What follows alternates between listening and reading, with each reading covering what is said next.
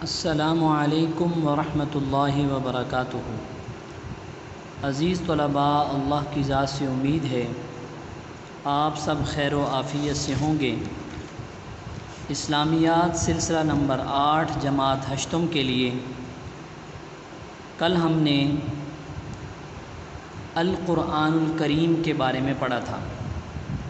قرآن کریم کی تعریف پڑھی تھی عربی میں، اس کا ترجمہ پڑھا تھا اور نزول قرآن کے بارے میں ہم نے پڑھا تھا اور تدوین قرآن کے بارے میں پڑھا تھا۔ اس سے متعلقہ آپ کو عملی کتاب میں کام دیا گیا تھا۔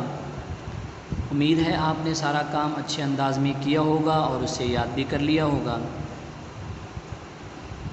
آپ کو عملی کتاب میں کام کل والا دکھایا جا رہا ہے تاکہ آپ اپنے کام پر نظر ثانی کر لیں، تاکہ اس میں کچھ کمی نہ رہ جائے۔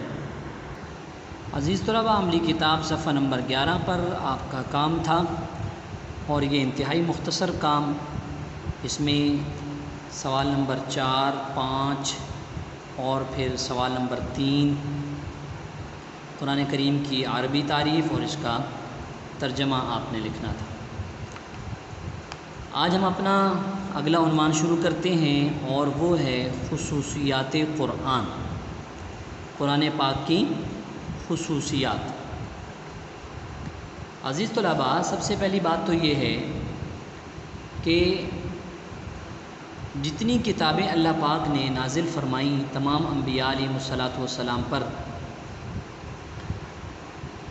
ان کتابوں کے اندر تحریف ہو چکی، تبدیلی ہو چکی۔ آپ پیچھے پڑھ چکے ہیں کہ جیسے اس پر ایمان لانا ضروری ہے کہ وہ کتابیں اللہ کی طرف سے تھیں، حق اور سچ تھیں، اسی طرح اس بات پر بھی ایمان لانا ضروری ہے کہ ان کتابوں کے اندر تحریف ہو چکی۔ لیکن قرآن مجید کی حفاظت کی ذمہ داری اللہ پاک نے خود لی ہے۔ چنانچہ قرآن مجید میں اللہ فرماتے ہیں اِنَّا نَحْنُ نَزَّلْنَا الذِّكْرَ وَإِنَّا لَهُ لَحَافِظُونَ، بے شک ہم نے ہی اس قرآن کو اتارا ہے اور ہم ہی اس کی حفاظت کرنے والے ہیں۔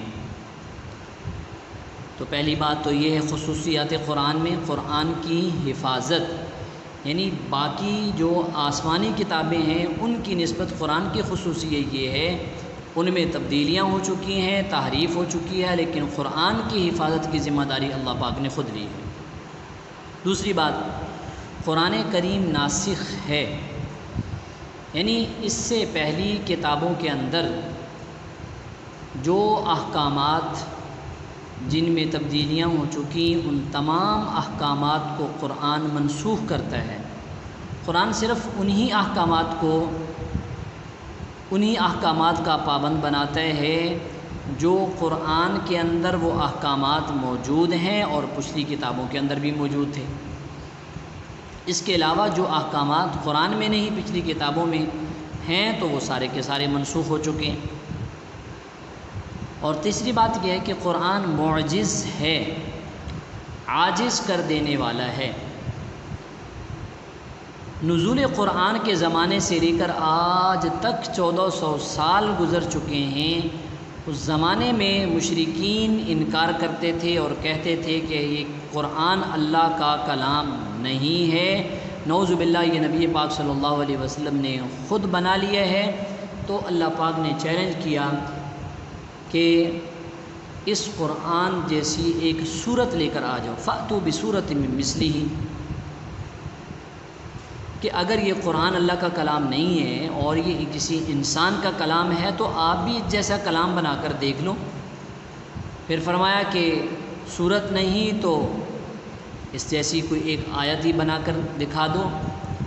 تو آج تک 1400 سال گزر چکے ہیں، قرآن مجید کی کسی ایک آیت یا کسی صورت کے مقابلے میں نہ کوئی لا سکا ہے نہ لا سکتا ہے، اس لیے کہ قرآن معجز ہے۔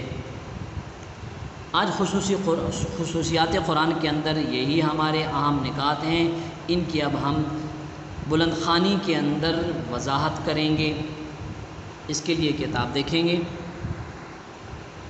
یہ عزیز طلباء صفحہ نمبر 31 پر عنوان ہے خصوصیات قرآن.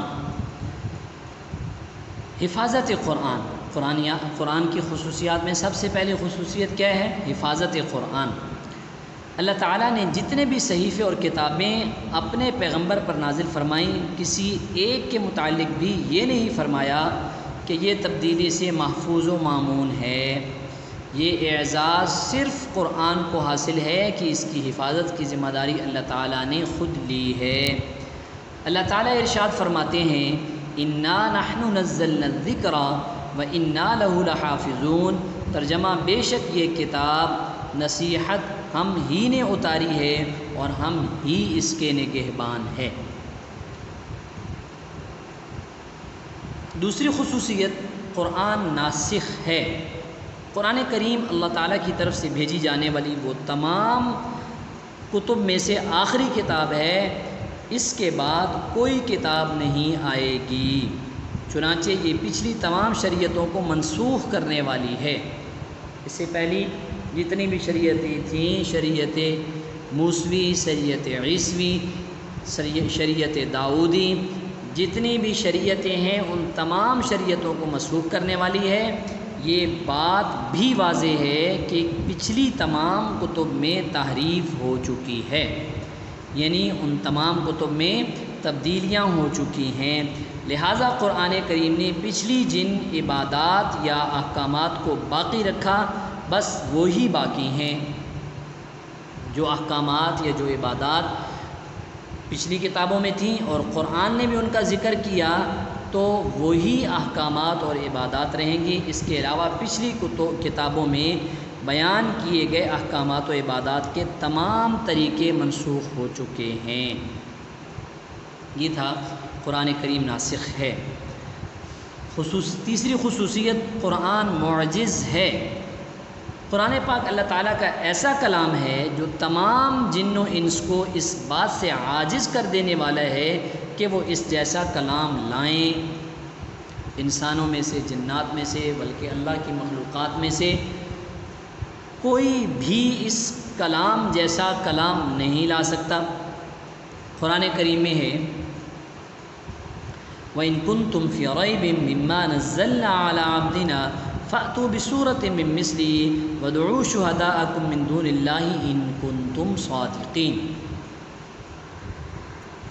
ترجمہ: اگر تم کو اس کتاب میں جو ہم نے اپنے بندے محمد صلی اللہ علیہ وسلم پر نازل فرمائی ہے کچھ شک ہو تو اسی طرح کی ایک صورت تم بھی بنا لو اور خدا کے سوا جو تمہارے مددگار ہوں ان کو بھی بلا لو اگر تم سچے ہو. یعنی مشرکین جو ہے وہ یہ اعتراض کرتے تھے کہ نعوذ باللہ نبی پاک صلی اللہ علیہ وسلم نے یہ قرآن اپنی طرف سے بنا لیا ہے، یہ اللہ کا کلام نہیں ہے. تو اس پر اللہ پاک نے چیلنج فرمایا اور فرمایا اگر تم اپنے اس دعوے میں سچے ہو تو تم بھی اس جیسی ایک صورت بنا کر دکھاؤ.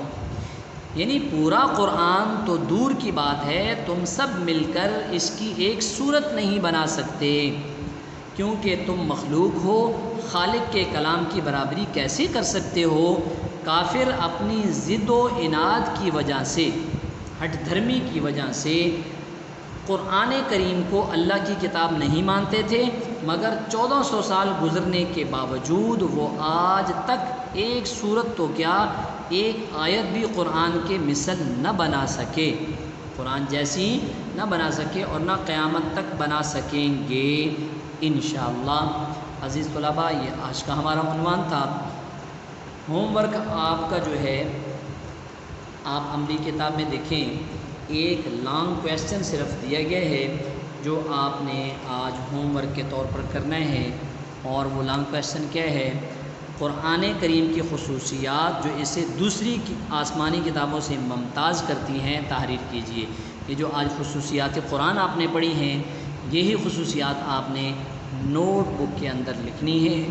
عزیز طلباء، نوٹ بک میں کام کرنے کا جو طریقہ آپ کو ہر مرتبہ بتایا جاتا ہے، انڈیکس بھی لکھنی ہے، صفحہ نمبر بھی لکھنا ہے، ہجری تاریخ بھی لکھنی ہے، عیسوی تاریخ بھی لکھنی ہے، اور حاشیہ بھی دونوں سائڈوں پر، دائیں سائڈ پر ڈبل حاشیہ ہوگا 1 انچ کا اور بائیں سائڈ پر سنگل حاشیہ ہوگا آدھے انچ کا، اس طرح حاشیہ لگا کر آپ نے یہ کام کرنا ہے۔ اللہ آپ کا حامی و ناصر ہو۔ السلام علیکم ورحمۃ اللہ وبرکاتہ۔